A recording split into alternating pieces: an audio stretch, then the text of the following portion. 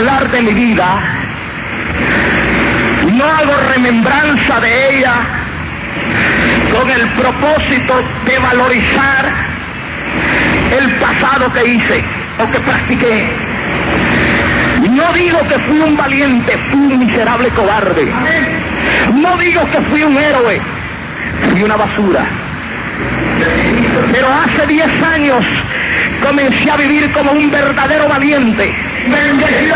Pues cambié la ametralladora criminal, cambié aquella ametralladora que fulminó tantas vidas por una arma más grande y poderosa. Aleluya, una arma de 66 balas que se llama Palabra del Señor. Y así que esta noche, aunque para hablar de una vida no se puede hablar en un corto tiempo, pero trataremos de ser explícitos, de ser breves, pero más que todo concisos con el Espíritu Santo. Mi nombre es Eduardo Pérez, como fui presentado al principio, y lo que a continuación voy a relatar es un hecho de la vida real.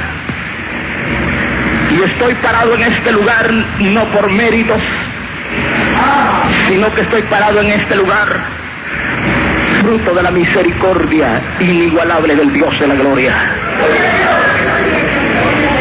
Para hablar de mi vida comenzaré a hablar de mi niñez. Voy a hablar brevemente de mi niñez, porque es donde se inicia la etapa de vida de todo ser humano. Nací en un hogar sin religión. Mi padre, un hombre con una empresa, un empresario, con una posición muy sólida, muy solvente, pero a la vez aquella posición que él mantenía le daba para vivir una vida de poligamia y un bebedor consuetudinario del alcoholismo. Mi madre, una buena mujer, una mujer que soportó quizás por un buen tiempo el régimen de vida que mi padre le daba, pero no soportó aquella vida y optó por divorciarse, por terminar aquel lazo, aquella unión, aquel supuesto amor que nos había unido. Mi madre se llevó a mis 2 hermanos más pequeños y por razones de la ley tuve que quedar al lado de mi padre, y para ese entonces contaba con la edad de 5 años y medio para 6 años. A la edad cuando todo niño anhela tener el calor de una madre, a la edad cuando el niño anhela llegar y esconderse en el regazo de su madre, a esa edad mi madre se fue. Yo no entendía lo que estaba pasando a mi alrededor, porque un niño tiene una fe sencilla. Me acercaba a mi padre y le decía: papá, ¿dónde está mi madre? Papá, ¿qué se hizo, mamá? Mi padre, que había despertado un odio terrible hacia la progenitora de mis tías, decía: tu madre está muerta, no menciones a tu madre. Aquellas palabras herían, laceraban mi pequeño corazón. Llegué a la edad de 6 años, entré a la escuela primaria. Yo recuerdo, allá en Guatemala tradicionalmente se celebra el 10 de mayo, el Día de las Madres. Y las maestras motivaban a los alumnos, a los niños, para que llevaran un presente, para hacer un homenaje mutuo a la madre en los planteles escolares. Yo recuerdo que en el almacén de mi padre las empleadas preparaban presentes, regalos, para venderlos a un precio barato, por decirlo así, a los alumnos que pasaban comprando. Yo me llevaba un presente escondido, porque los niños se burlaban de mí, decían que yo era un huérfano, y yo quería demostrar que no era huérfano. Llegaba a la escuela y las maestras hacían la respectiva presentación de las madres con sus hijos. Y cuando se terminaba de enumerar por su nombre a aquellas personas, yo siempre me quedaba con aquel objeto, con aquel regalo en mis manos. Recuerdo que me iba a meter a un baño, agarraba aquel regalo y comenzaba a llorar. Los niños, mis compañeros, me miraban llorando, decía: tú estás llorando porque eres huérfano. Yo le decía: no me digan que soy huérfano. Llegaba una maestra y me abrazaba y me decía, haz como que yo fuera tu madre. Mi padre me tenía toda clase de juguetes, me tenía de todo. Pero yo no quería juguetes, yo le decía, maestra, yo lo que quiero es tener una madre. Yo lo que quiero es tener el amor de una madre. Yo quiero a mi mamá. Los años de mi infancia, años duros, donde se inició el trauma que llevó a mi vida a un desenlace terrible. Pero jóvenes, ustedes que tienen una madre, hijos, ustedes que tienen una madre, ustedes que tienen una madre que los ha cuidado, los ha traído a la iglesia, allá en los hogares donde me están escuchando, joven, tú que has despreciado el consejo de tu madre, ¿cuántas veces yo hubiera querido tener el cariño de mi madre para no llegar a ser tan malo como fui? Pero hay un dicho, un proverbio, un refrán que dice que nadie sabe lo que tiene hasta que lo ha perdido. En esta noche, joven, si tu madre y tu padre te han traído al templo, te han traído para que te regocijes delante de la presencia de Dios, siéntete más que bienaventurado, porque yo hubiera deseado tener una familia que me trajeran a una iglesia. El tiempo pasó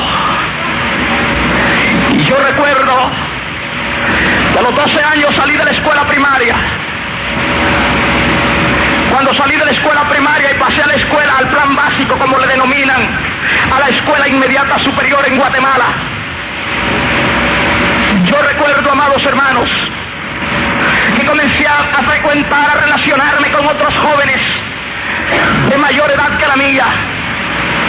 Pusieron un cigarrillo en mis manos, me dijeron que todos los que iban a ser hombres tenían que fumar cigarrillo, y yo fumé aquel cigarrillo, porque el proceso más difícil que hay para todo ser humano es el proceso de la pubertad, cuando se desarrollan los instintos futuros del futuro hombre o de la futura mujer.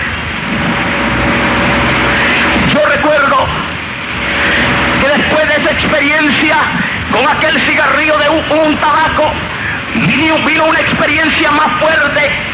Pusieron en mis manos y yo puse en mis labios un cigarrillo de una droga, de una hierba llamada marihuana.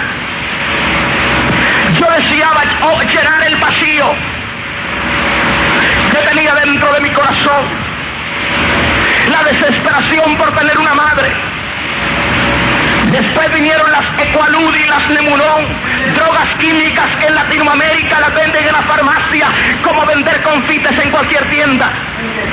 Pues en Latinoamérica la justicia camina cogida de la mano de la mafia.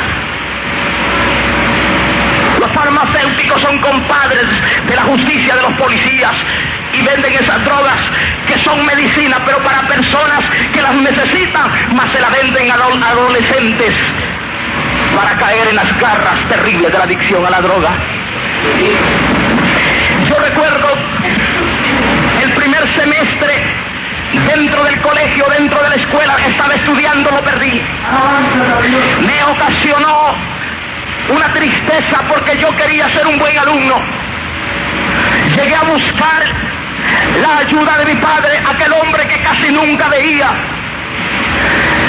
Y cuando llegué en una mañana, él estaba sentado en su escritorio. Llegué por la parte trasera y lo abracé y le dije, papá, mándame a estudiar a otro pueblo. Yo no quiero estar más aquí, tengo problemas, méteme a un internado. Mi padre me quitó mi brazo de su hombro y me dijo, salte de aquí, estoy ocupado, no te quiero ver por aquí, me caes mal, vete a vagar a la calle, pero no quiero verte.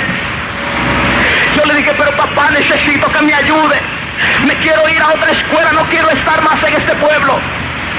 Cuando él vio que yo no salía, quiso agarrar un objeto contundente y tirármelo encima. Salí para la calle y comencé a llorar. Me fui para la plaza donde estaba el traficante de la droga y me drogué en ese día terriblemente, quería morirme bajo el efecto de la droga. Padre de familia, tú que me estás escuchando por la radio, La juventud de hoy día no necesita carros nuevos ni juguetes sofisticados. La juventud de hoy día, padre de familia, tú que estás pasando una borrachera ahora mismo, escúchame. La juventud de hoy día lo que necesita es que los padres de familia reconozcan a Cristo Jesús como su Salvador.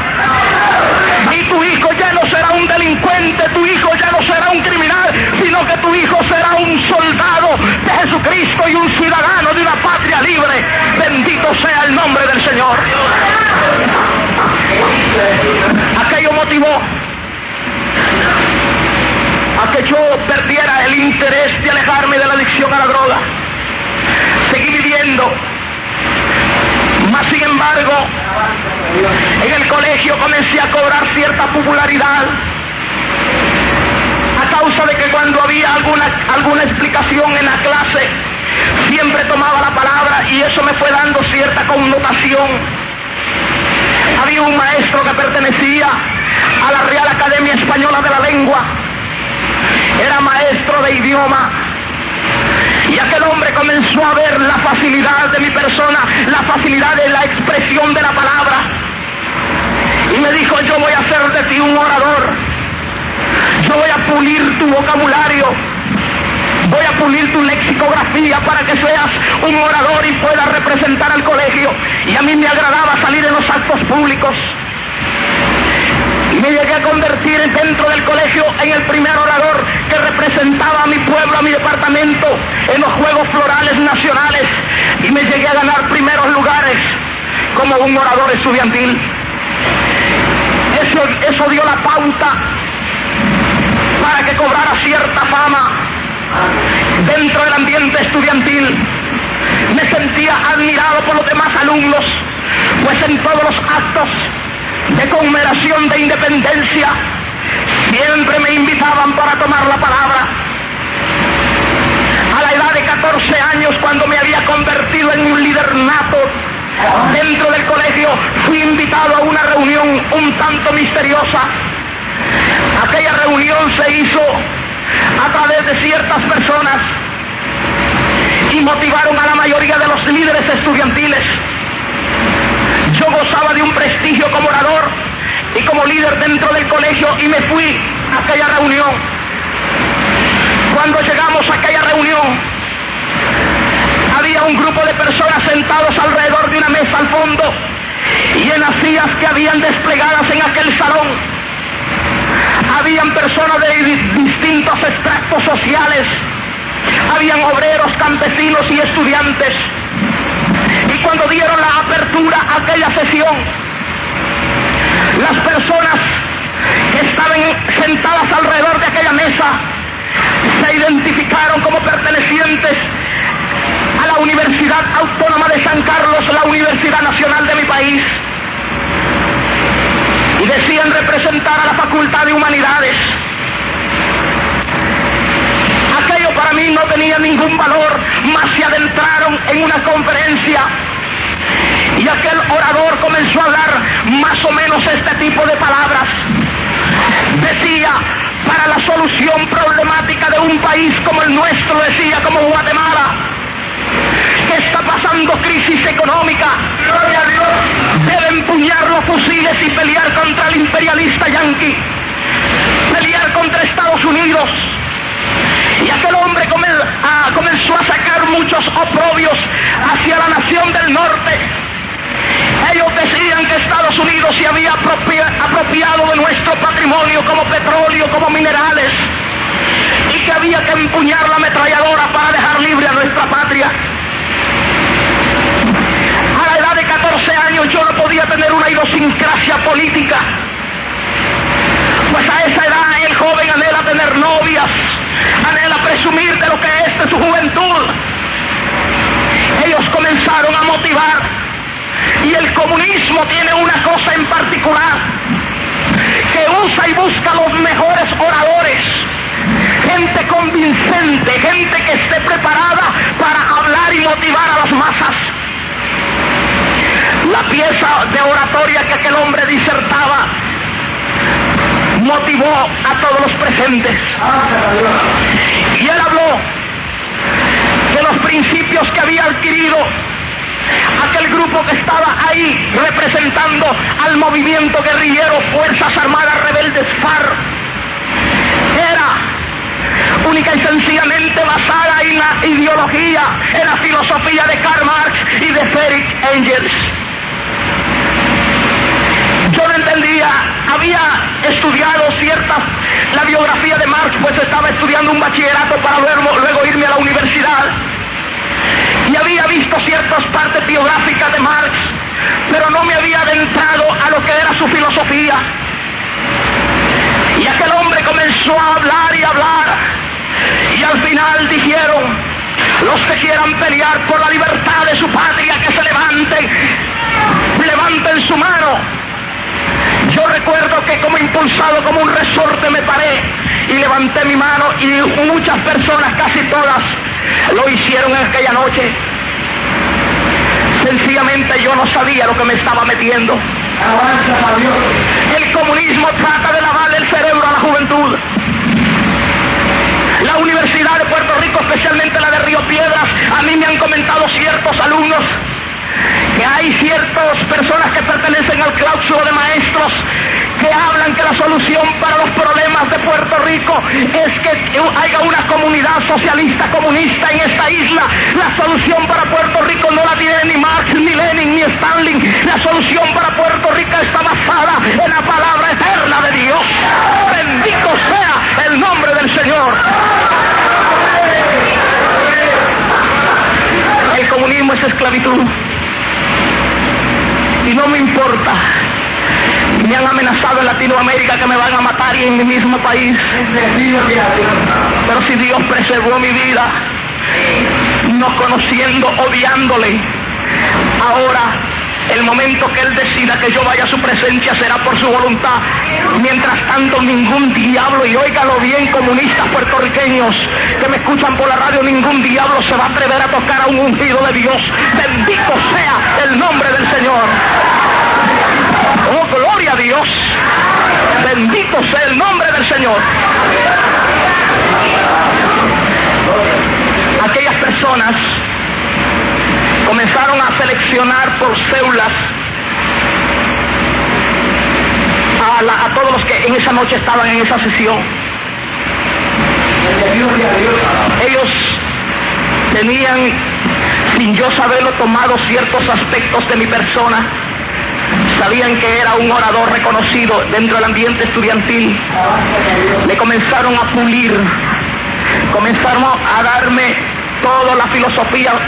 Me pusieron el libro del Capital de Karl Marx, me lo pusieron en las manos y me dijeron: tienes que aprenderte, tienes que hablar en discursos, pero cuando hables, habla mucho de la personalidad de Marx. Yo en esta noche no voy a hablar de los edictos de Marx, porque eso es recordar una basura. Voy a mencionar lo que la Biblia dice. Bendito sea el nombre del Señor. Amén. Mire, la mayoría de los edictos de Marx, habla de fomentar dentro del mundo una sociedad con igualdad de derechos. Y sencillamente, amados hermanos, aquella filosofía se metió dentro de mí, pero no llegó hasta ahí. Vino el aspecto práctico, había teorismo, pero había práctica. Nos llevaron a una montaña. En esa montaña comenzamos a recibir adiestramiento militar. Se nos enseñó el arme y desarme de ametralladoras como las Uzi, Galil, fusiles M1, M2, carabinas, activar y desactivar granadas, pero más que todo las artes de volar puente, de cómo se puede volar una torre de televisión, cómo pelear la guerra de guerrillas. Aquello me fascinó, pues nunca en mi vida había tenido una arma grande en mis manos de calibre largo.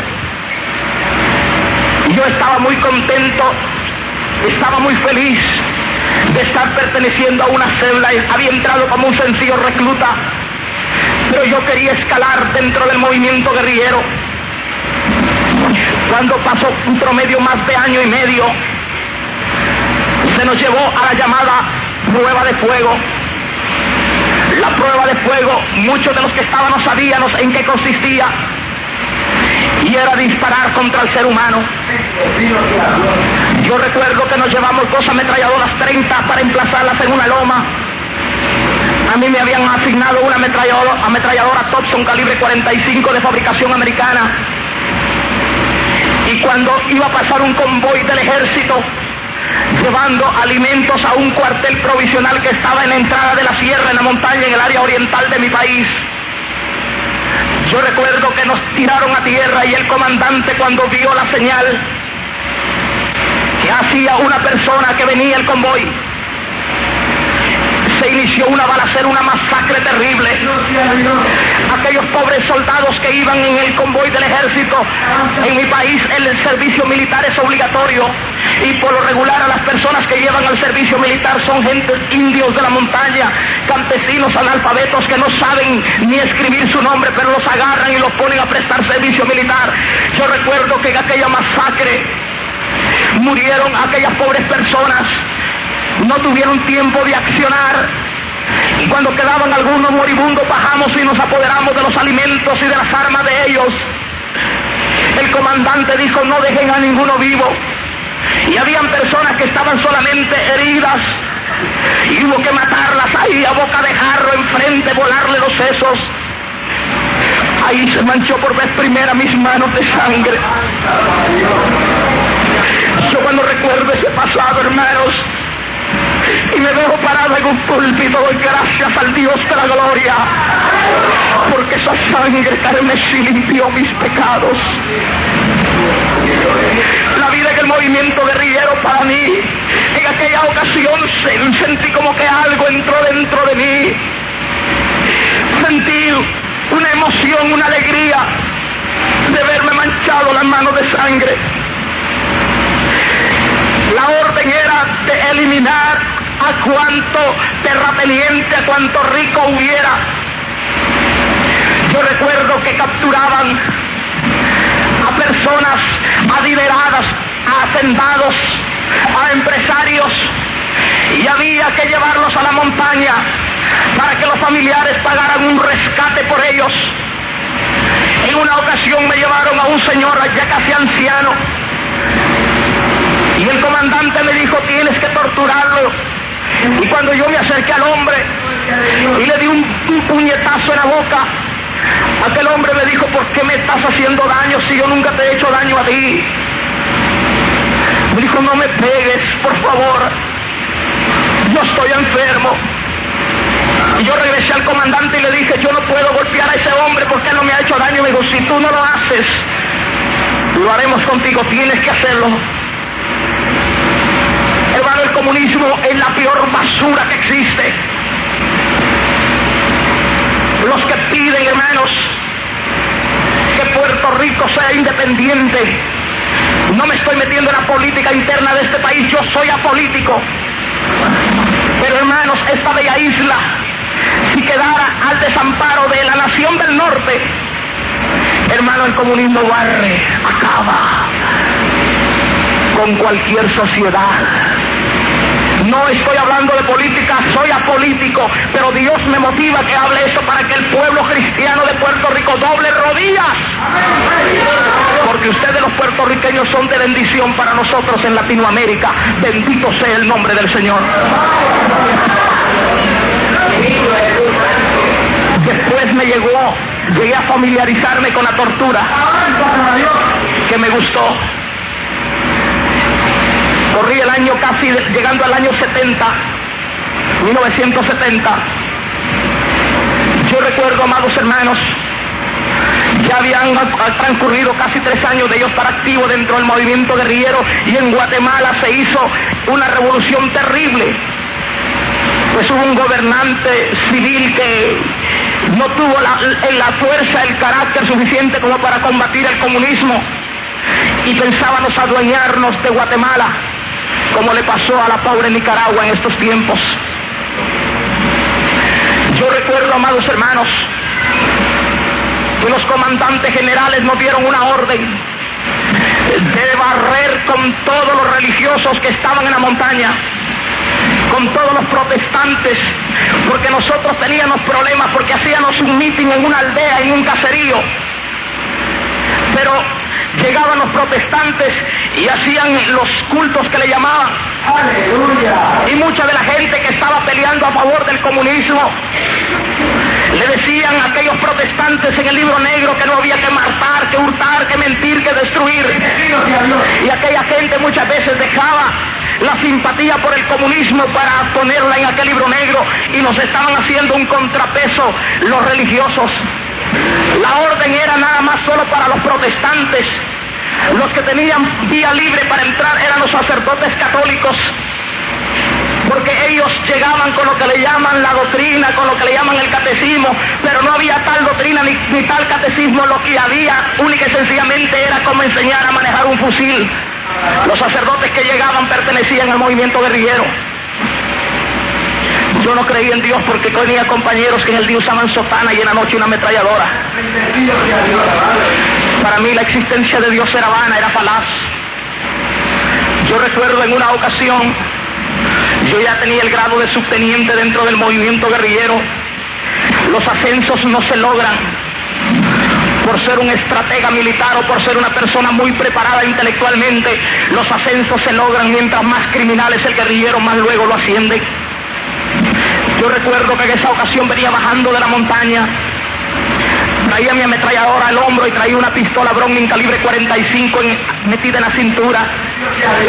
Venía una célula de 25 guerrilleros conmigo. Bajamos y llegamos a una planicie. La orden era de matar a todos los religiosos, que había que quemar las iglesias allá evangélicas en las montañas en Latinoamérica. Son hechas de palos de bambú, de vara. No sé si conocen el bambú ustedes. Pues son hechas y de palmas de coco, son hechos del techo. Y la orden era quemar cuanta iglesia protestante hubiera. Yo recuerdo que bajamos esa planicie y cuando alcé mi vista, había un muchacho pequeño de estatura, rodeado de campesinos sentados alrededor de él, y aquel muchacho tenía un libro negro en las manos. Yo caminé hacia él y recuerdo que lo primero que le dije fue: te doy 5 minutos para que abandones la montaña. Le dije: porque tú estás engañando a esta pobre gente con eso de Dios. Dios no existe. ¿A dónde está tu Dios? Tráeme a tu Dios, quiero verlo, quiero hablar con él. Comencé a decirle un sinnúmero de oprobios en contra de aquel muchacho. Los campesinos se retiraron, se fueron caminando, mirando. Sabían que yo iba a matar a aquel muchacho porque ya habían muerto muchos religiosos, muchos protestantes en manos de los guerrilleros porque desobedecían la orden de no subir a la montaña, y hubieron varios que murieron por causa del evangelio. Yo recuerdo, algo me extrañó de aquel muchacho, que me miraba fijamente. La mayoría de personas a las que nosotros capturábamos, ricos o lo que fueran, se ponían pálidos, gritaban, daban gritos de expresión de terror, pero aquel muchacho ni cambió ni denotó su rostro, sino que estaba tranquilo. Yo lo maltraté y le dije: te vas o te mueres. Aquel muchacho me dijo: ¿sabes una cosa? Dios existe, y si tú te arrepintieras, Dios perdonaría tus pecados. Aquello para mí fue como que me hubiera dado una bofetada en el rostro. Yo le dije: cállate, porque Dios no existe, y si vuelves a repetir eso, si no te retractas de lo que has dicho, yo te voy a matar. Y aquel muchacho no me dijo: no me importa morir, pero Dios existe. Aquello ocasionó que yo sacara mi pistola, le puse el tiro en recámara, le quité el seguro y caminé hacia él.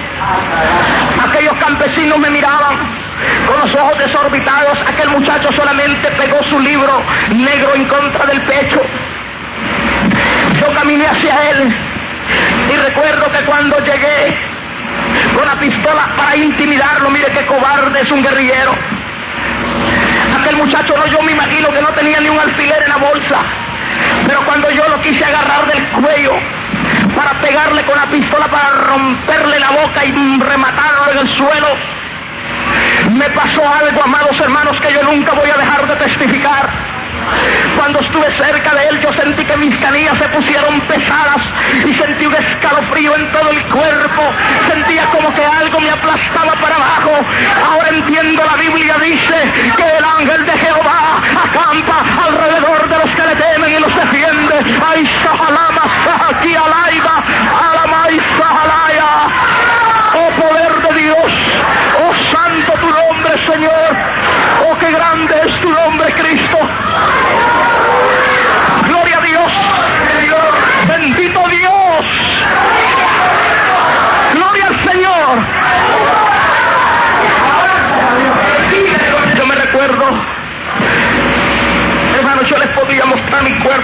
tengo lleno de cicatrices. Cicatrices por todos lados. Un guerrillero es alguien que está preparado para matar. Yo estoy herido de bala, tengo cicatrices de bala, de tortura, de cuchillo. Cuando peleábamos cuerpo a cuerpo, cuando estábamos en balaceras. Y acostumbrado a disparar y después preguntar más. Cuando aquel muchacho yo le miré el rostro, di la vuelta y comencé a caminar con la pistola en la mano, pero sentí un temblor como que me iba a ir al suelo. Comencé a caminar y me alcanzaron mis compañeros y me dijeron, ¿por qué no lo mataste? Yo le dije, es que me dio lástima, pero era una vil mentira, no era lástima, llevaba miedo. Llevaba un miedo terrible. Yo decía, esos creyentes deben de ser brujos, porque me dio miedo tocar a aquel muchacho. Pero no hay tal brujería en los creyentes, sino que son revestidos con la autoridad del Dios del cielo. Bendito sea el nombre de Jesucristo.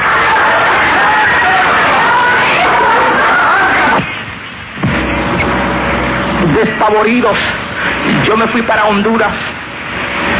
Honduras es un país limítrofe con Guatemala. Cuando llegué a Honduras, me dieron una bienvenida. Allá en Honduras, los sacerdotes jesuitas le consiguieron un carnet como que era seminarista de una institución católica. Hermanos amados, el catolicismo, como dice el hermano Jeñito, camina cogido de la mano. No son ni parientes, son hermanos. El catolicismo con el comunismo en Latinoamérica son los que fomentan. Si no, ahí está Nicaragua. 3 de sus importantes ministros, cardenal de Escoto y el otro cardenal, son 2 cardenales los que están metidos con el gobierno comunista y son más ateos que el mismo diablo. Porque el diablo cree en Dios y no solamente cree, sino que tiembla. Bendito sea el nombre del Señor. Alabado sea el nombre del Señor. Estuve en Honduras un tiempo. Regresé a Guatemala, pues la sed de venganza. Yo quería vengarme. Quería seguir peleando por la causa del comunismo. Yo recuerdo, amados hermanos, que cuando regresé a Guatemala, llegué a mi pueblo. Fui a buscar a un camarada que nos había servido su casa de buzón de guerra. Cuando yo llegué a esa casa de ese camarada, él me recibió muy bien, me invitó a beber cerveza, pero él ya se había vendido al ejército también. Cuando yo llegué, estuvimos bebiendo. Al poco tiempo la casa fue rodeada de soldados. Él había mandado avisar a los soldados al ejército que tenía un guerrillero en su casa. Me amarraron, me golpearon, me metieron a un carro, me llevaron a un cuartel provisional, de ahí me sacaron a las 12 de la noche. Yo soy de una provincia en Guatemala llamada Chiquimula. Y me llevaron para a un cuartel, a un pueblo llamado Zacapa. Y yo recuerdo que en ese trayecto hay un lugar que le llaman La Cumbre. Ahí me bajaron, pasaba de la medianoche, me pegaron contra un paredón de tierra. Un soldado dijo, preparen los fusiles, lo matan y después lo queman. Yo esa noche sabía que iba a morir. Yo sentí miedo, ¿por qué no decirlo? Pero dentro de mi mente hacía eco aquellas palabras que me habían dicho, que morir por la patria era un privilegio y morir por la causa del comunismo era un honor.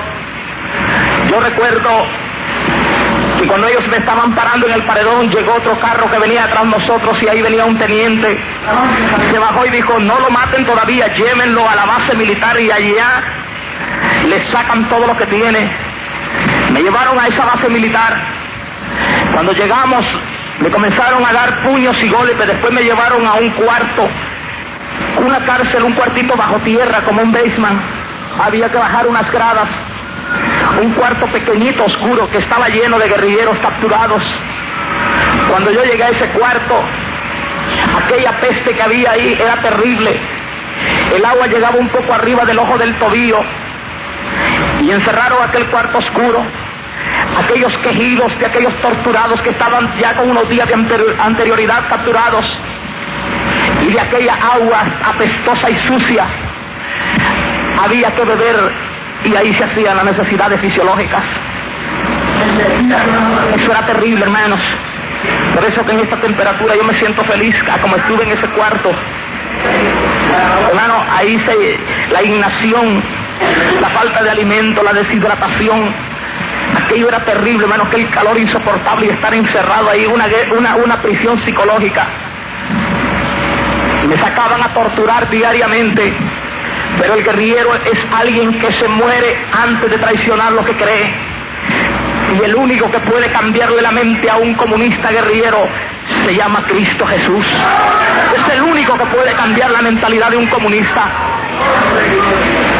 Yo recuerdo, amados hermanos, que aquellas torturas eran terribles, pero quería morir en lo que yo creía. Si nosotros, muchos de los cristianos, usáramos esa filosofía, hermanos, ya hubiéramos evangelizado al mundo completo. Pero tenemos la oportunidad de hacerlo ahora con el satélite de Radio Revelación. Tal vez usted no quiere ir a evangelizar, pero ahí con lo que usted aporte a Radio Revelación llega el mensaje a los 4 puntos cardinales de Latinoamérica. Bendito sea el nombre del Señor. Yo recuerdo, amados hermanos, mi padre, con su influencia económica, yo tengo 2 tíos que trabajan con el gobierno, que están en el ejército, son coroneles, uno de ellos ya está retirado en este tiempo. Mi padre los buscó.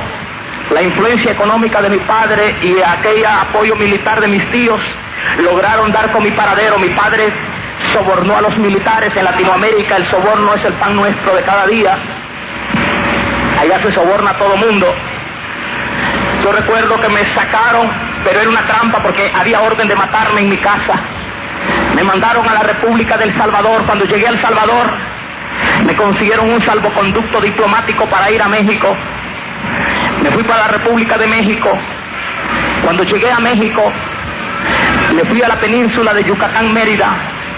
Mi propósito grande era llegar e irme rumbo a La Habana, Cuba, e ir a besarle los bigotes, las barbas al señor Castro.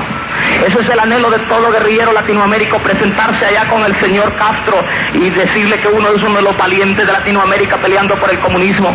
Otro de mis máximos anhelos era llegar a la Universidad Patricio Lumumba en Rusia, donde se preparan los mejores combatientes del mundo.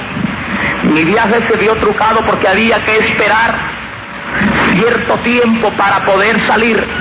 México es un país 100% socialista. Allá las iglesias inclusive son propiedad del gobierno, los templos no son propiedad de ningún grupo religioso. México es la espina que tiene clavado Estados Unidos en medio de la planta del pie. México es un país con 70 millones de habitantes y esclavizados por la religión católica, que es la hermana del comunismo. Había que esperar cierto grupo porque habían guerrilleros de toda Latinoamérica esperando un viaje, pero mandaban 3 y 4. Cada 15, 20 días tenían que irse 3 y 4 a La Habana para no declarar de una vez que estaban llenos de guerrilleros México. Estando en México caí bajo una psicosis colectiva. Recuerdo que cuando quería dormir miraba los rostros ensangrentados, me miraba la ropa llena de sangre. En los sueños y pegaba gritos, aquellas pesadillas eran espantosas. Comencé a ministrarme 2 y 3 miligramos de sosegón y atedrón, una droga tranquilizante para el sistema nervioso. Pero el sosegón y el atedrón no me hicieron ningún efecto. Comencé a inyectarme morfina y por último llegué a esa droga maldita llamada heroína. Yo recuerdo que traté de disipar, me comenzaron a dar una ayuda de parte de la Universidad Autónoma de México como exilado en la República Mexicana. Allá en México me reuní con uno de los comandantes que había logrado huir también, llamado Marco Antonio León Sosa. Mi nombre de guerra dentro del movimiento guerrillero, a mí me fui llamado el comandante Rolando. Y me dijo: Rolando, tienes que ir a Guatemala porque hay brotes nuevamente.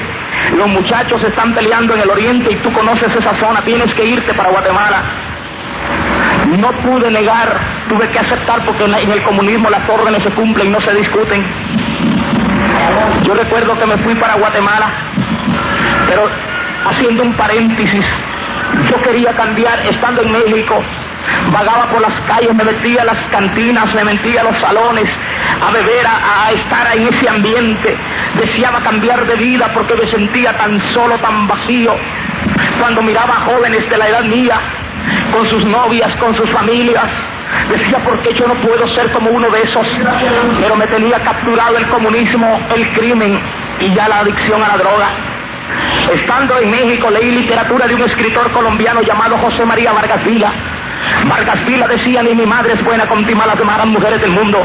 Era un paranoico, era un loco, era un desquiciado, era un hijo del diablo que odiaba a la mujer y así decía palabras, unos despropios para la madre. Yo juré que la persona que era causante de mi desgracia era la mujer que me había traído al mundo. Yo recuerdo y dentro de mí dije, el día que yo encuentre a esa mujer, si es que vive, yo la tengo que matar.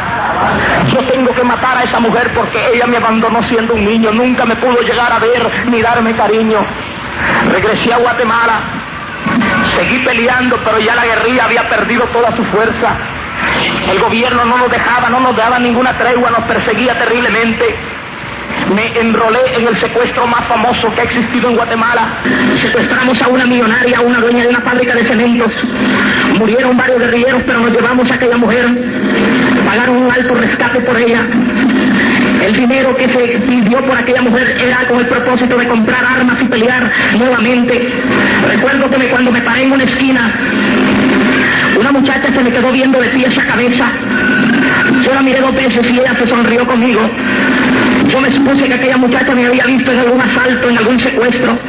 Yo cargaba una pistola 380 en el jacket, la toqué, la preparé y dije, si esta me reconoce voy a tener que matarla. Comencé a caminar disimuladamente tratando de que aquella muchacha no se diera cuenta que yo estaba huyendo, de que ella me reconociera. Aquella muchacha, yo oí que sus pasos caminaron apresuradamente tras mí y cuando me alcanzó me tocó el brazo y me dijo, perdona, ¿te puedo hacer una pregunta? Y yo le dije, ¿qué es lo que quieres? Me dijo, ¿sabes una cosa? Esa pregunta yo se la he hecho a varias personas. Nosotros tenemos un hermano que no lo vemos de la edad de 5 años. Mi padre tiene un almacén en Chiquimula y mi padre nos dio una fotografía de él cuando él tenía 14 años. Mi padre dice que él está en México, que él es un guerrillero. Mi padre llora al ver en la televisión y en la prensa los cadáveres de los guerrilleros muertos y dice que si algún día apareciera su hijo, aunque sea muerto, ella quiere verlo. Hermanos, en el plan de Dios no existen coincidencias, sino la misericordia del Señor de la gloria.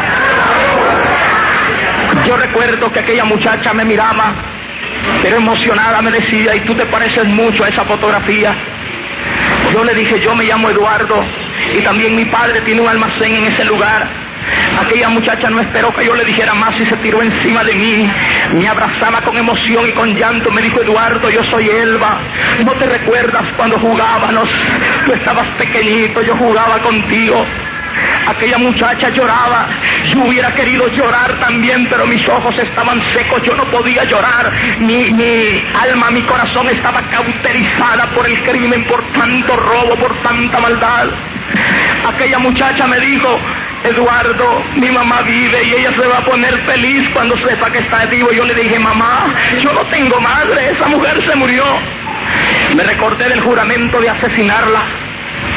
Hermanos, los crímenes más terribles no se motivan en los arrabales, sino que se motivan en las personas que leen, en los estirpes sociales, en la high class, como le llaman. Ahí es donde se fecundan los más terribles crímenes. Prueba de ello son los crímenes que están aconteciendo en Puerto Rico, en la high class. Se están matando unos con otros sin unos crímenes bestiales y salvajes que no son producto de una mente humana, sino de una mente animal y diabólica. Bendito sea el nombre del Señor. Yo me encaminé y dije, esta mujer ahora es la oportunidad. Aquella muchacha iba emocionada y se metió a la casa. Al instante salió una señora con la cabeza amarrada. Se me quedó viendo, pegó un grito y se tiró encima de mí. Decía, Eduardo, hijito de mi alma, qué bueno que te han encontrado. Yo le dije, señora, retírese de mí, usted no es mi madre. Yo la odio a usted. Ella lloraba y me decía, Eduardo, es que tu papá nunca me dejó llegar a verte, me juraba matar. Ella quería besarme, yo la retiré. Cuando la vi que se movía por un lado y que sus ojos estaban borrachos, ella estaba bien ebria. Ella gritaba y la gente de la vecindad comenzó a ver y decía, mi hijo, ¿qué guerrillero está vivo? Y a mí no me convenía que me descubrieran, pues ese era uno de los guerrilleros más buscados. Pues en el secuestro de esa millonaria fui reconocido y la policía interna, la Interpol, los servicios de inteligencia, la policía secreta se puso tras mí buscándome terriblemente. Entré a la casa de aquella mujer. Cuando yo entré tenía las paredes tapizadas de imágenes de San Serapio, San Caralampio, San Demonio y todos los apelativos que tiene Satanás. Y las estaban llenas de humo de velas. En el centro tenía una copa grande de cristal transparente llena de agua y un juego de naipes, y había mucha gente sentada esperando que ella le adivinara la suerte, porque ella decía que era divina. Cuando yo vi la condición de aquella mujer dije, no vale la pena. Para ese entonces una bala del calibre del 380 valía 32 centavos en Guatemala. Yo dije, más caro una bala que la vida de esa mujer, no vale la pena matarla.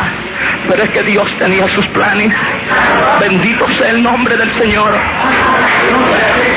Estuve en esa casa, ella me mandó a comprar drogas, cerveza, y se armó una orgía terrible. Tuve que huir para México. Era muy buscado y mi vida corría un peligro terrible. Me fui para México. Cuando llegué a México, los comunistas que me habían mandado, aquel comandante que me había mandado, consiguió un buen trabajo. Se volvió un burócrata, y no solamente burócrata, sino que se volvió un burgués también. Se olvidó de sus principios comunistas. Por eso yo digo, los comunistas y los socialistas que están en Estados Unidos, yo digo, ¿qué hacen en Estados Unidos estos socialistas? Que comienzan a decir que el socialismo y el comunismo es la solución, pero se van a contagiar. Si uno de los edictos de Marx es que hasta el aire que respira el capitalismo es veneno. Y yo digo, ¿y qué hacen esos socialistas metidos en Puerto Rico, en Estados Unidos? Se van a envenenar, porque aquí circulan los dólares del capitalismo, de la nación capitalista Estados Unidos. Yo me pregunto, yo los he emplazado por la radio a los socialistas que están haciendo aquí, y ¿qué hacen en Estados Unidos? Ese dinero lo va a contagiar. Si uno de los edictos de Marx que dijo que hasta el aire que respiran los capitalistas es veneno, pues la gente está envenenada entonces. Bendito sea el nombre del Señor. Yo recuerdo, amados hermanos, cuando llegué a buscar a aquel hombre que me había dado la orden. Él era un comandante general, yo era comandante de cebla, aunque ya me había vuelto comandante de grupo, ya un grupo se componía de 5 o 6 ceblas. Yo recuerdo que cuando yo llegué a México, aquel hombre me dio las espaldas, y los comunistas mexicanos lo hicieron también. Aquella decepción me hizo enrolarme, buscar un ambiente, y lo primero que encontré fue la mafia que trafica drogas de México a Estados Unidos. Me volví un heroinómano terrible, la droga me minó, me hizo pedazos. Mi cuerpo se fue enfermando de tanta droga. La mafia me mandaba a ejecutar órdenes. Alguna persona que no pagara su cuota mensual había que eliminarlo. Pero yo quería mantener el vicio de la adicción a la heroína y comencé a hacer toda esa clase de actividades. Pero la vida que llevaba me dio que cayera con una enfermedad que se llama paludismo. Esa enfermedad se come la hemoglobina de la sangre. Yo recuerdo que el paludismo hizo que me brotaran unas llagas del cuerpo, unas llagas que supuraban pus y agua, y mi cuerpo se puso flaco, y me puse amarillo, pálido, mis ojos se pusieron hundidos. Yo huí a la ciudad de Puebla, pues yo sabía que ya no le servía a la mafia, estaba muy enfermo. Allá en Puebla yo recuerdo que dormía debajo de los bancos de las plazas, me iba a acostar por las noches, el único dinero que yo pedía en las calles para poder subsistir en el vicio de la droga, no lo usaba para la comida. Recuerdo que un 24 de diciembre regresé, fui enfrente a un restaurante y había una señora con su familia comiendo. Yo le dije al mesero, cuando la señora se levantó y dejó aquella comida, le dije, ¿me podías regalar un taco de esa comida que dejó esa señora? Aquel mesero me dijo, sí te lo regalo, pero salte porque tú apestas, tú hueles muy mal, vete para afuera. Yo salí y me senté en la grada, en la calle. Hubiera querido llorar, pero no podía. De lo que quedaba de aquel orgulloso comandante guerrillero que decía que Dios no existía, solamente era una escoria humana. Aquel que desafiaba a Dios, aquel que decía que Dios no existía, que Dios era nada más un principio filosófico humano. Yo recuerdo que aquel hombre llegó y me tiró el taco. Yo sentía que la muerte se aproximaba. Regresé a Guatemala, dije, voy a morir a mi tierra. Regresé un 31 de diciembre a Guatemala. Cuando llegué a Guatemala, el clima de la ciudad de Guatemala es muy frío, hace mucho frío, y sobre todo en las épocas de diciembre. Yo recuerdo que solamente cargaba una bolsita plástica y los pedazos de ropa que cargaba encima. Recuerdo que quise asaltar a una señora y no pude. El frío y la fiebre me hacía que me estremeciera. Tuve que salir corriendo, huyendo. No tenía fuerzas para nada. Pero me recordé de aquella mujer que había conocido un año atrás, que decía que era mi madre, y ella mantenía botellas de ron y de cerveza. Yo recuerdo que caminé hasta la zona 12. Ya había entrado la noche y aquel fin de año todo el mundo andaba por las calles con paquetes, la gente, los jóvenes alegres y felices. Yo pasaba enfrente de la policía uniformada y no me podían reconocer. Yo era uno de los guerrilleros más buscados de Guatemala, pero no podían reconocerme, pues no era la figura, no era el boceto que habían dibujado, sino que era una miseria, una escoria humana la que andaba caminando. Llegué a aquella casa, toqué la puerta y moví la manecilla, y vi que la manecilla estaba abierta. La moví, abrí la puerta, y cuando yo moví, entré y vi la luz prendida, pero las paredes estaban pintadas, limpias, ya no había ninguna clase de imagen, todo estaba limpio y solamente había una propaganda de gente loca que decía: cree en el Señor Jesucristo y serás salvo tú y tu casa. Y calamanza jalaida sajalaba. Yo recuerdo, amados hermanos, yo me quedé viendo y dije: esta es la propaganda de esos fanáticos. Regresé para atrás rápidamente, pues yo dije: esa gente es mala, esos son brujos. Salí para afuera y vi el número, y era el número exacto de la casa de aquella señora. Yo dije: pero ¿qué se pudo hacer esa señora si ella también odia a esa gente? Porque ella decía que era espiritista católica. Bueno, toda esa gente son una sola familia, espiritistas, católicos, etcétera, y etcétera, y etcétera. Yo recuerdo que en aquella ocasión yo miré las luces del comedor y dije: voy a preguntarle a esa gente que vive aquí qué se hizo a aquella señora.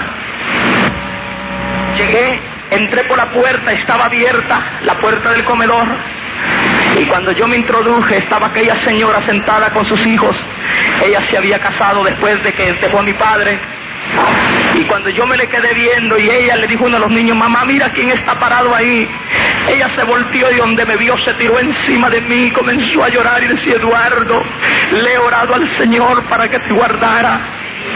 Yo pensé que ella estaba borracha.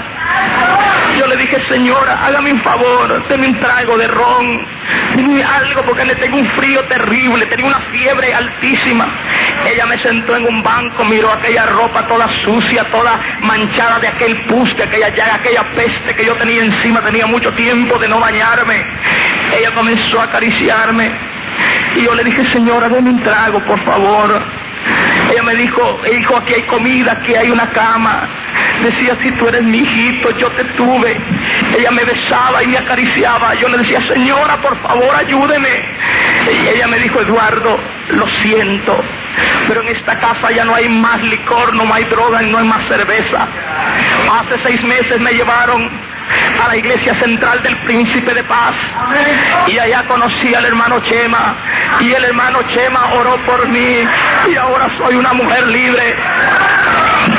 Yo le dije: ¿quién es ese Chema? Es uno de esos brujos. No, me dijo: Chema es un siervo del Señor y Dios lo usa. Yo le dije: dígale lo que le ha hecho a usted, le lavó el cerebro, la han engañado. Yo voy a matar a Chema, le voy a poner una bomba a esa iglesia para que se muera ese hombre. Ella me abrazaba y decía: no, Eduardo, yo te mando a llamar al hermano Chema, él ora por ti. Yo le dije: dígale a Chema que lo mato el día que lo vea. Recuerdo que me salí, agarré mi bolsita y comencé a caminar. Ella me llegó y me abrazaba y decía: Eduardo, no te vayas. Yo le dije: señora, yo odio a los aleluyas. Y me dijo: Eduardo, deja que te regalemos una camisa siquiera, mira cómo andas con esos pedazos de ropa encima. Le dije: no, yo no acepto limosna de los aleluyas. Bajé las gradas. Ella me agarró y le dije: suélteme, señora, porque no respondo. Y cuando comencé a caminar, mi madre gritó estas palabras que yo nunca voy a olvidar mientras viva: Eduardo, no me he de morir sin antes no verte algún día en un púlpito hablando de Jesucristo. ¡Ay, santo! ¡Ay, santo!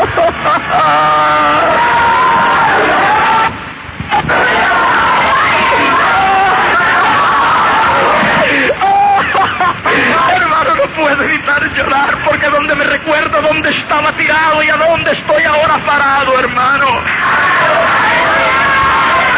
Solo Él lo pudo hacer. Solo Cristo lo pudo hacer. Solo Cristo lo pudo hacer. Solo Cristo lo pudo hacer. ¡Ay, santo! Oh, gloria al nombre de Jesús. Gloria al nombre de Cristo Jesús para siempre.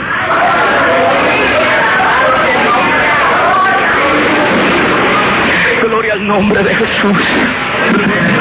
Gloria al nombre del Señor. Me levantaron. Ya llevo más de una hora, hermanos. Seguimos. Aleluya. Aleluya. Bendito sea Dios.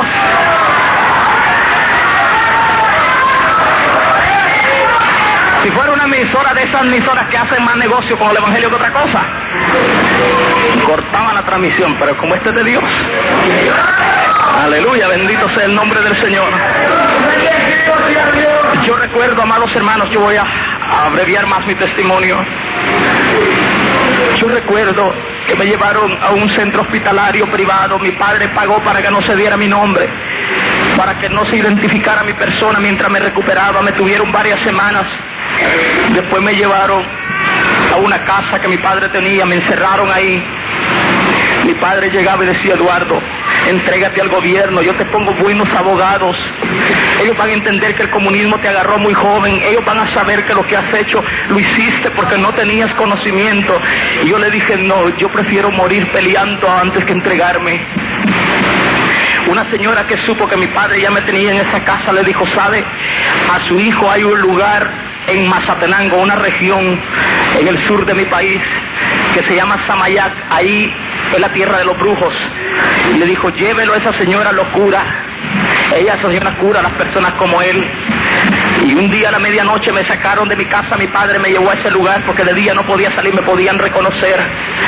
Aquella señora había dado una cita privada para que nosotros llegáramos. Cuando llegué me pasó a subir unas velas rojas y negras. Comenzó a echarme incienso, disque para espantar al diablo. Pero ¿cómo yo espantar un diablo otro diablo? Tenía que llegar alguien más fuerte llamado Cristo Jesús. Me dieron a beber unas botellas rojas y negras que sabían a diablo aquello. No me hizo nada. Mi padre estaba decepcionado. Pero en ese mismo pueblo le dijeron: aquí está el mejor brujo de Centroamérica. Ese brujo le traen gente de todas partes y él sí cura a la gente. Mi padre me volvió a llevar a ese lugar, a donde ese brujo de raza india. Cuando llegamos tenía un muñeco sentado en una silla. Decía que era San Simón, el patrón de los brujos. Ahí le tenía ruda, limones, ajos, y aquello era una peste insoportable. Yo me salí para afuera. Yo le dije: papá, yo no me dejo hacer nada aquí porque esto hiede mucho, huele mal.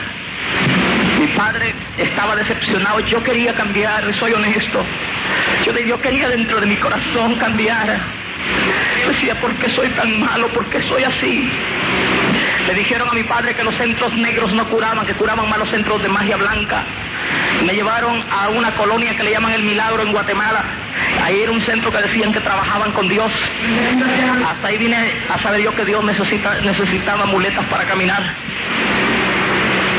Para hacer sus milagros no iba a necesitar una muleta a Dios. ¿Y cuánta gente en Puerto Rico está metida en la santería? Sal de ahí, santero, tú que me estás escuchando, te vas a ir al infierno si no te arrepientes. Deja de engañar a la pobre gente. Solo Cristo es el que cambia al hombre. Bendito sea el nombre del Señor. Yo recuerdo, amados hermanos, que me llevaron donde ese señor. Me metieron en un estanque de agua, una pileta de agua que me cubriera hasta la cabeza. Decían que en el agua se quedaban los malos espíritus. Yo no necesitaba ningún baño de agua, necesitaba el baño de la sangre de Cristo Jesús. Yo recuerdo, hermanos, que no tuvo ninguna eficacia aquello. Me llevaron con el mejor psiquiatra de Guatemala, el doctor Roberto Ibarra. Me pusieron electroencefalogramas, psicoterapia y todo lo que el tratamiento, y no me pudieron hacer nada. Por último, mi padre pagó a un enfermero y sobornó al hospital psiquiátrico de Guatemala y me mandaron al negro psiquiátrico. Cuando yo desperté bajo los efectos de aquella inyección, tenía amarrada una cadena en el pie. Yo gritaba desesperadamente que me sacaran de ahí, que yo estaba loco. Ahí pasaban los locos, los dementes, comiéndose su estiércol. Llegaron unos enfermeros, me agarraron, me pusieron camisa de fuerza y me metieron en un cuarto frío. Yo gritaba, trataba de controlar la mente, que no fuera a creer que estaba loco. Tuve que apaciguarme un poco para hacerles creer que estaba tranquilo. En una visita logré fugarme. Mandé a avisar a mi padre que lo iba a asesinar. Yo recuerdo, amados hermanos, que comencé a visitar de vez en cuando a aquella señora. Yo creía que la locura del evangelio era efímera, pasajera, pero cada vez que llegaba la encontraba más loca. Luego me ponía los mensajes de Chema y decía: mira, mi hijo, aquí está el pastor predicando. Yo le decía: dígale a Chema, yo lo tengo que matar para que se acabe el engaño de la pobre gente. En una ocasión que yo la visitaba, yo estaba sentado en el comedor y los niños le dijeron: mamá, ahí viene el carro del hermano Chema. Y yo dije: esta es la oportunidad de matar a Chema. Recuerdo que oí que un carro se paró. El hermano Chema quizás tenía la altura del hermano Firpi, un hombre bien alto.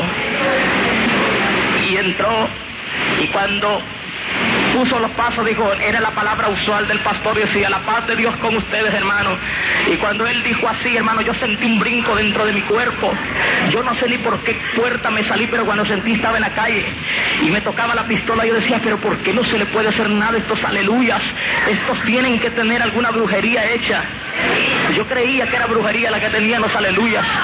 El tiempo pasó, hermanos, hice un sinnúmero de asaltos, de robos, de crímenes. Mis manos se volvieron a manchar de sangre. No voy a relatar, a detallar eso porque el tiempo se va y quiero llegar a la parte de mi conversión. El último asalto armado que hicimos, o el último intento de asaltar un banco que hicimos, estábamos en el segundo nivel de una cafetería. Estábamos planeando todo el movimiento de los guardias del banco. Allá en Guatemala pues ponen 5 o 6 policías bancarios con ametralladoras para que los asaltantes no asalten. Y supervisaban la hora de comer de cada, el break que le daban a ellos para ver cuántos quedaban para entrar nosotros. Y fuimos descubiertos. Se inició una balacera terrible.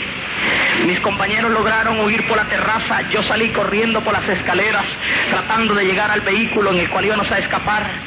Llevaba una pistola y saquéme una granada de fragmentación americana que llevaba. Cuando le iba a quitar la espoleta para tirársela a la policía, resbalé y caí con la granada. No logré quitarle la espoleta porque hubiera volado en pedacitos con todo y la granada.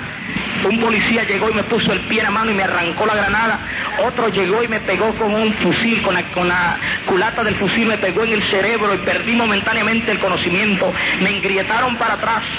Él agarró mi cabello caía hasta los hombros, comenzó a agarrarme contra el pavimento, comencé a manar sangre y mi rostro inmediatamente se llenó de sangre de nariz y de boca. Los policías me daban terriblemente. Y cuando descubrieron que era el guerrillero que habían buscado tanto tiempo, comenzaron a darme con tanta hazaña. Me llevaron a la policía judicial, la policía más criminal de mi país. Me daban unos toques eléctricos, hermanos, unas torturas que no puedo ni decirlas en público. Una cosa terrible, hermanos. Perdí el conocimiento y me mandaron a una mazmorra. Esa mazmorra era un cuarto oscuro, era un sótano. Ahí aparecía en la madrugada amarrado todavía con los grilletes para atrás. Y desperté porque sentí que algo se movía alrededor mío. Cuando yo pude ver quizás lo fresco de la sangre que tenía en el rostro, atraía unas ratas grandes que husmeaban mi cara y querían mordérmela, y como podía me sacudía aquellos animales tan terribles. Amados hermanos, esa experiencia cuando yo la recuerdo, sinceramente yo agradezco a mi Dios que Él ahí en ese lugar, en esa basura, su mano estaba ahí siempre. Bendito sea el nombre del Señor. A los 2 días me sacaron, no pudieron sacarme ninguna confesión, me mandaron para la penitenciaría. Cuando yo salí en la mañana con los grilletes para atrás, estaba aquella señora parada. Mi nombre había salido y salió en todos los periódicos del país. Aquella señora, cuando me vio salir, se tiró encima de mí, comenzó a llorar y decía: Eduardo, hijito, solo Cristo es la respuesta. Y yo le dije: señora, váyase de aquí. Y yo que tenía la convicción que un guerrillero no lloraba, que un hombre no debía de llorar, por vez primera sentí que unas lágrimas calientes salieron de mis ojos. Me llevaron en un carro patrulla a la granja penal de Pavón, una de las peores penitenciarías de Latinoamérica. Cuando yo llegué, los comunistas que habían sido capturados con anterioridad me dieron una buena bienvenida. Llegué a esa prisión, me tiraron en una plancha que servía de cama, ahí pasé los primeros días, no podía ni moverme. Esa prisión, amados hermanos, dan nada más 500 panecitos como para 1000 reos, panes chiquititos. Ahí hay reos que no tienen ninguna familia ni visita que les llegue a ver. Venden su cuerpo por 2 y 3 centavos a otros reos, y que otros reos se satisfaga su placer sexual y ellos poder comprar un pan para no morirse tan pronto del hambre. Eso es terrible. Las prisiones de Latinoamérica no son como los Estados Unidos y Puerto Rico. Yo fui a unas 2 prisiones de Puerto Rico y yo le vi como que eran hoteles bien uniformados, los presos, bien comidos, bien gorditos, con televisión. Bueno, dije, están pasando vacaciones. Bendito sea el nombre del Señor. No quise creer, hermano, el tiempo pasó y ahí comencé a consumir droga en la cárcel. Los mismos guardias de la penitenciarios comenzaron a meter droga y la vendían. Yo asaltaba a otros reos. Hermanos, aquella enfermedad del rostro se me quitó y comencé a andar en la prisión tranquilamente. Me respetaban porque sabían el grado que tenía en la guerrilla y que los demás reos no se metían con los guerrilleros porque sabían lo que eran los guerrilleros. Yo recuerdo el 4 de julio de 1974, había fumado marihuana en la mañana, pero ya la marihuana no me hacía efecto. Subí a mi Bartolina, a mi celda, y cuando yo subí, recordé las palabras de Vargas Vila que decía que si la vida era un martirio, el suicidio era un deber. Me senté en aquella plancha que me servía de cama, saqué mi correa, comencé a ver los barrotes. Dije yo, esta vida se tiene que acabar. Ya había recibido notificaciones de la Corte Suprema, me caían de 15 a 20 años de prisión inconmutables, o sea que había que cumplir los años de prisión. Me habían nada más ellos aprobado, me habían justificado los delitos de asalto, secuestro, crimen, y habían varios delitos que no me pudieron comprobar, pero la sentencia corría de 15 a 20 años. Yo recuerdo, amados hermanos, en aquella ocasión, yo me la llevó a la prisión y yo agarré aquella bolsa y me la puse en la cabeza para pensar cómo me iba a suicidar. Pero cuando me puse la bolsa en la cabeza, oprimió mi cerebro. Me senté y abrí la bolsa, que era lo que había duro dentro de aquella bolsa. Adentro había un libro negro viejecito llamado la Santa Biblia. Yo recuerdo que me quedé viendo aquel libro y me reí. Dije, pero estos aleluyas locos dicen que esto es palabra de Dios y este es un libro histórico. Y me quedaba viendo el libro y me reía. Lo puse por un lado para seguir pensando en cómo me iba a suicidar, dónde me iba a descolgar mejor para colgarme y que de una vez morirme en el acto. Pero volví a ver el libro y me atrajo la atención. La calidad del papel era muy fina. Toqué la calidad del papel y yo decía, pero qué bueno está esto. En la prisión no se consigue, la policía chequeaba mucho que no entrara papel fino para hacer cigarrillos de marihuana, y aquel papel estaba exactísimo para hacer los cigarrillos de marihuana porque era bien fino. Yo dije, qué buen regalo me ha traído esa señora. Yo dije, mis amigos se van a poner contentos al saber que yo tengo papel en abundancia para hacer los cigarrillos de marihuana. Y tenía una bolsita de marihuana pegado debajo de la plancha, bien escondida. Y saqué la bolsita con marihuana, pero cuando yo quise romper la primera hoja de aquel libro, mis manos comenzaron a sudar. Y yo no podía romperlo, me le quedaba viendo y yo decía, pero ¿por qué no lo puedo romper? Algo más fuerte me impedía romperlo. Había un papel que decía, hijo, si lees este libro, lee el libro de Job. Yo recuerdo, hermanos, que comencé a buscar el libro de Job y me estuve viendo. Cuando fin lo encontré, estuve leyendo por unos momentos y encontré en el capítulo 5, versículo 17: he aquí, bienaventurado es el hombre a quien Dios castiga. Por tanto, no menosprecies la corrección del Todopoderoso, porque Él es quien hace la llaga y Él la vendará. Sus manos hieren y Él cura.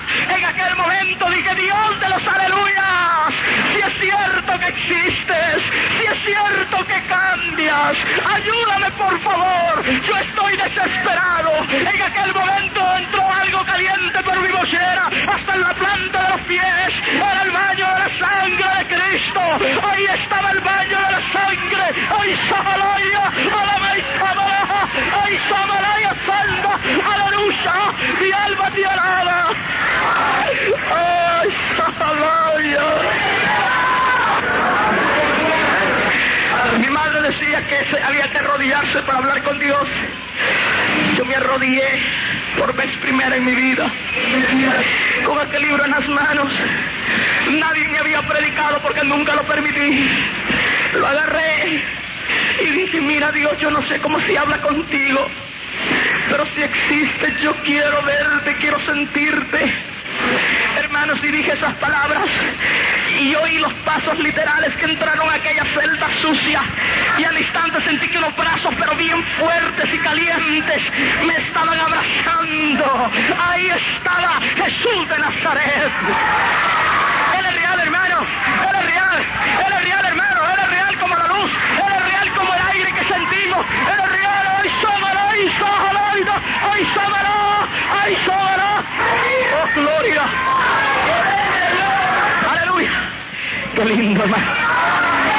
Qué lindo. Qué lindo. Aleluya, amigo, tú que estás aquí, tú que me escuchas por la radio también, sabe que esta noche, esta es tu noche, esta es la noche tuya. Bendito sea el nombre del Señor. Yo sé que Dios está rompiendo cadenas allá en la radio, en los hogares. Puedo sentir la gente llorando, los alcohólicos gimiendo. Aleluya. Yo sé que mañana va a haber una serie de testimonios. La gente va a llamar a Radio Revelación porque Dios todavía rompe las cadenas. Allá en la prisión, allá Dios está salvando. Pero en el nombre del Señor. En la mañana siguiente, hermano, dijeron: Eduardo Pérez, Boquete de la Guardia tiene visita. Salí corriendo, ya no con marihuana, sino con aquel libro, y estaba aquella señora. Amados, nunca le había dicho madre. Corrí, la abracé y le dije: mamá, yo ya tengo al Dios de los aleluyas. Ella dijo: gracias, Señor. Gracias, Señor, porque tú escuchas. Hermanos, voy a abreviar ya, ahorita, sister, o ahora, porque ahorita para ustedes es después y para mí es ahora. Me estoy haciendo bolas, me estoy confundiendo todo aquí. Me caían 15 años, me mandaron a llamar, cuando me mandaron a llamar de la Corte Suprema, la sentencia era segura. Mi madre había dicho que Dios me iba a sacar ahí. En mi iglesia se reúnen, o en la iglesia del Príncipe de Paz se reúnen 300 y 400 hermanos en oración y ayuno todos los miércoles. Y mi madre había oído una profecía que Dios había dicho que tenía un varón en la prisión, pero lo iba a sacar para llevarlo por las naciones a anunciar su nombre. Me llevaron a la Corte Suprema, el oficial me sentó, el secretario tomó ciertos datos, me dijo: pasa con el juez. Pero mi madre me había dicho muchas veces que Dios me iba a sacar de la prisión. Yo le dije: mamá, no se haga ilusiones, el Ministerio Público me acusa y la Fiscalía del Ministerio Público no afloja hasta que no ve sentenciada a la persona. Y cuando el juez me pasó, yo agaché el rostro, pues esperaba que me leyera el veredicto. Me dijo: levántame la vista, muchacho. Y yo me le quedé viendo y me dijo: aquí viene una señora que me da lástima. Qué suerte tienen ustedes, los criminales, que tienen a alguien que los llore.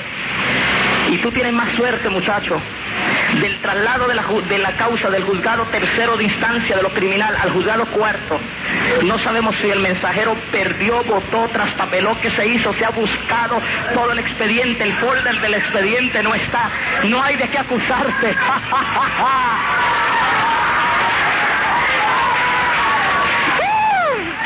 Amigo que estás en la cárcel, acéptalo, él te saca de ahí, allá en la prisión, tú que me estás escuchando, acéptalo, acéptalo, acéptalo, acéptalo, acéptalo. Él te saca de esa cárcel, aleluya. Sin necesidad que te fugues, Él sale de ahí, Él te saca de ahí. Y ahí, amados hermanos, otro día, ese día firmé mi libertad, otro día salí de la prisión y dije: si algún día regreso a una prisión, le dije a mis amigos, va a ser para predicar a Jesucristo. El domingo me llevaron a la iglesia del Príncipe de Paz, que iglesia estaba llenísima, y de antemano le doy un saludo de mi iglesia. Somos casi 5,000 miembros, y un saludo para ustedes de esa amada iglesia. Yo recuerdo que pasé al frente, hermano, me senté en la primera banca, y cuando dijo el predicador: alguna persona quiere convertirse a Cristo, yo levanté la mano y me encaminé para el frente. Aquel muchacho, llegó un diácono, me agarró del brazo para apoyarme en la oración, pero cuando yo volteé a ver, vi a aquel hombre grande con paso seguro, diciendo: gloria a Dios. Dije: ahí está Chema. Y llegó, me puso la mano sobre el hombro y me dijo: tu rostro me parece conocido, ¿no eres hijo de la hermana Guillén? Y yo le dije: sí. ¿Tú eres Eduardo? Y yo le dije: sí, yo soy Eduardo. Aquel hombre, hermano, comenzó a llorar y me abrazó y dijo: uno de los grandes milagros que yo he visto en mi vida, a un excomandante comunista guerrillero rendido a los pies de Cristo. Y después aquel varón amado, hermanos, fue más que mi padre, más que mi amigo, más que mi hermano, mi amado pastor, hermano Chema. Yo lo llegué a querer tanto, hermano. 5 años que él se fue con el Señor. Yo lloré tanto por ese pastor, porque lo amé tanto, hermano. Me amó tanto, yo quise tanto al hermano Chema. Yo sé que cuando lo mencioné ustedes se recuerdan de Jaime, de Loco. Y yo, hermano, estoy tratando de traer a un ex sacerdote católico que se convirtió en el ministerio del hermano Chema. Lo voy a traer a Puerto Rico para que venga y testifique también. Hermano Chema fue un gran hombre de Dios y el Señor lo tiene. Y muy pronto me reúno con él porque Cristo viene. En esta noche, yo fui un poeta revolucionario y aquí sí termino completamente. Escribí poesía, salieron en muchas revistas universitarias mis pensamientos. Escribí siempre poemas de protesta. Escribí siempre poemas de protesta. Pero cuando vine a Cristo, mi lira poética tuvo una nueva inspiración. Yo ya no sé si escribo en prosa, ya no sé si escribo en verso, porque mi alma ya no reconoce el lenguaje de la Real Academia Española de la Lengua, solamente conoce la gratitud al Dios de la gloria.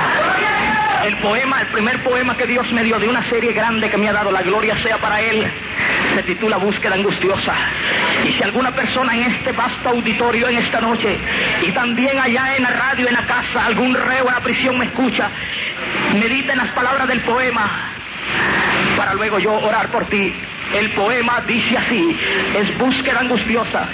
Puede ser la búsqueda que tú tengas, puede ser la búsqueda que haya en ti, puede ser, yo quiero su atención para acá, hermanos, porque este es el momento más importante de todo el culto. Puede ser la búsqueda angustiosa que puede tener alguna vida. Tal vez tú la has tenido, la has buscado y no la has hallado. Los que son salvos me ayudan con su meditación para que Dios rompa cadenas. El poema Búsqueda Angustiosa dice así: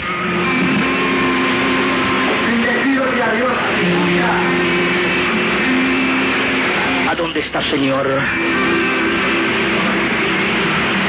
¿A dónde está, Señor? ¿A dónde? Señor, es mi búsqueda angustiosa. ¿A dónde está, Señor? ¿A dónde? Señor, cabalgo en el corcel del tiempo, llevando en ancas plenilunios errantes de tristeza y de soledad. ¿A dónde está, Señor? ¿A dónde? Es mi búsqueda angustiosa, Señor. Señor, la gente dice que tú existes, la gente dice que tú habitas en la felicidad, la gente dice que tú habitas en la paz, la gente dice que tú habitas en el amor, pero yo en ningún lugar me encuentro. ¿A dónde está, Señor? ¿A dónde? Es mi búsqueda angustiosa, Señor. Señor, así como el gorrión liba la flor, así el borracho liba la copa, y yo he libado el cáliz amargo del dolor. ¿A dónde está, Señor? ¿A dónde? Señor, la gente dice que tú habitas en imágenes. La gente dice que tú habitas, Señor, en lugares, pero yo no te encuentro. ¿A dónde está, Señor? ¿A dónde? Es mi búsqueda angustiosa, Señor. Señor, hoy es que no existe, Señor. Hoy es que no existe, Señor. Hoy yo estoy ciego y no te veo. Hoy yo estoy ciego y no te veo. Señor, pero en aquella oscura celda de prisión llegó tu luz bendita del Evangelio, Señor. Llegó tu luz bendita del Evangelio y puedo gritar ahora, Señor, te veo y no estoy ciego, porque soy la veleta, porque soy la veleta que Cristo movió, rescatóme del naufragio del tormento, mi vida pecadora, por su gracia. Él transformó. Amén.